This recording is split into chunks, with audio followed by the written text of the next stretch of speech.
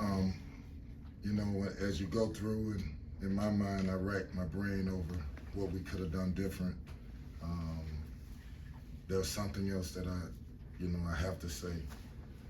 We played a lot of good teams in this conference.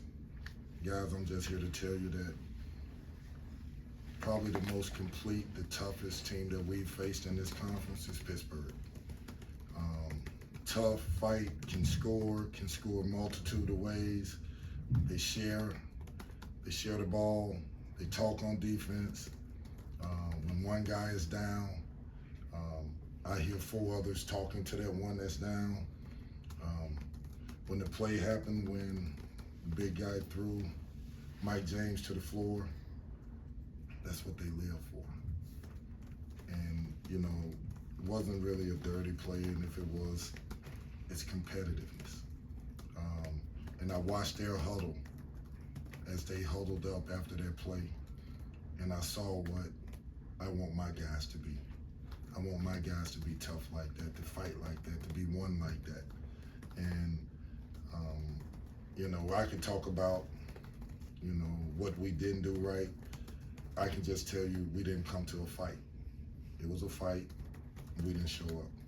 And I blame myself for that, because I tried really hard to explain to the players exactly who you're facing, exactly who you're playing against. And out of all the teams that we played, again, none better than Pittsburgh. Questions?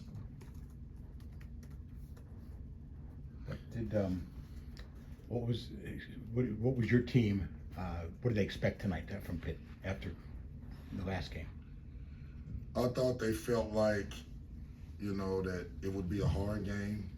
We knew they were leading the league in three-point attempts, but how they get to those three-pointers, how they mix up driving the ball, to kicking out, to making layups, to if you're not at the split line or the low man under the basket, and they run the ball screen action, they're reading that. And if you're not there, that's a layup or a dunk.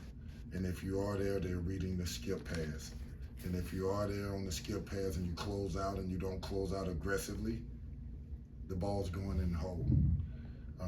If you ever lackadaisical toward coming to a shooter, they're either gonna blow by you or they're gonna shoot the ball, and they're probably gonna make it. They're a very good team, a very good offensive team, a very tough team, a very connected team. They got a chance to win this conference. I think Pitt had 13 blocks tonight. Is there anything you would tie that to? Anything that stands out to you about it? Again, I'll just say that if your spacing isn't right, and they have really long and tall players, and you shoot the ball, you're probably going to shoot it in their hands. They're the type of team that can go deep in the NCAA tournament.